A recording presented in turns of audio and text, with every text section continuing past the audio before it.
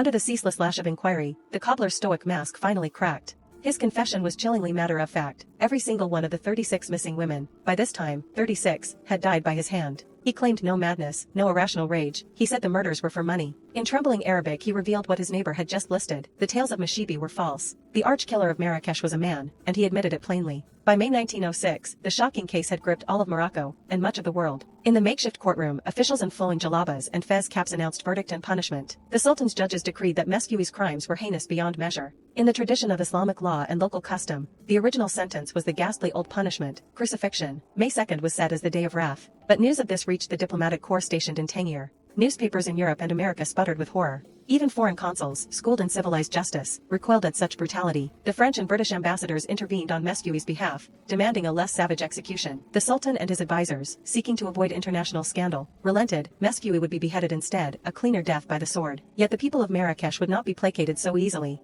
Outside the courtroom, in the bustling Jima Elfna square, word spread like wildfire. Their killer would not suffer enough. Tribal elders and widows of victims held that a sword was far too mild. They demanded spectacle. Politicians and the Sultan's advisors faced a grim choice: honor the pride of Marrakesh or bow to foreign outrage. In the end, the scales tipped by fear of foreign wrath. The order came down: Mesfewi would not die on a cross, but neither would he escape pain. To satisfy the crowd, the court imposed an unprecedented additional sentence. For the next 4 weeks, every morning at the market's opening, the convicted cobbler would endure a public lashing. Each day, 10 lashes of the thorny acacia rod. Each night, his wounds would be anointed with sour vinegar and healing oil, to ready him for the next day's torment. In the bustling square, traders would pause their business to watch a man broken by his own crimes. The people could hardly believe it. Justice, they declared, would be served. Day after day, Mesfewi was dragged from his cell at dawn. 10 lashes rained down on his bare back in the square as merchants and children gathered behind him. He never uttered a cry. The crowd shouted insults instead. Each stroke tore fresh ribbons of flesh. The air filled with his ragged breaths and the sickening thwack of cane on skin. Townspeople jeered that he sweat blood with each pull of the thorny branch. Afterward, herbalists daubed vinegar and an herbal balm on the festering cuts. To preserve his strength, officials grimly noted, for the final sacrifice. By June 11th, Mesfewi had been reduced to a ghost of a man. The authorities chose that day for the final sentence, one worthy of legend. 2 masons were sent to the Grand Bazaar's outer wall, near the Great Kutubia. There they chiseled out a niche only 6 feet high and 2 feet deep, just wide enough to hold a standing man. In Part 3, the people of Marrakesh refused to accept mercy for a monster.